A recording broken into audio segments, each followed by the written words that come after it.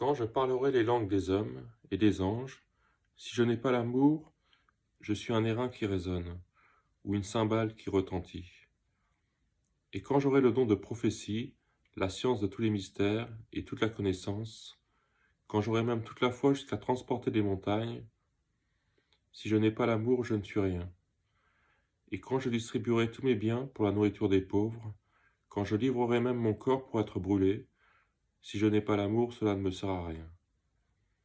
L'amour est patient, il est plein de bonté. L'amour n'est point envieux. L'amour ne se vante point. Il ne s'enfle point d'orgueil. Il ne fait rien de malhonnête. Il ne cherche point son intérêt. Il ne s'irrite point. Il ne soupçonne point le mal.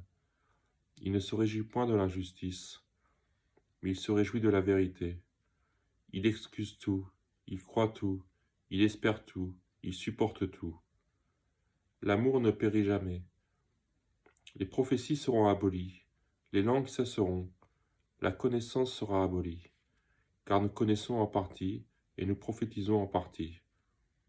Mais quand ce qui est parfait sera venu, ce qui est partiel sera aboli. Lorsque j'étais enfant, je parlais comme un enfant, je pensais comme un enfant, je raisonnais comme un enfant. Lorsque je suis devenu homme, j'ai fait disparaître ce qui était de l'enfant. Aujourd'hui, nous voyons au moyen d'un miroir, d'une manière obscure, mais alors nous verrons face à face.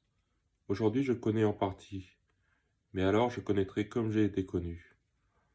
Maintenant donc, ces trois choses demeurent: la foi, l'espérance, l'amour. Mais la plus grande de ces choses, c'est l'amour.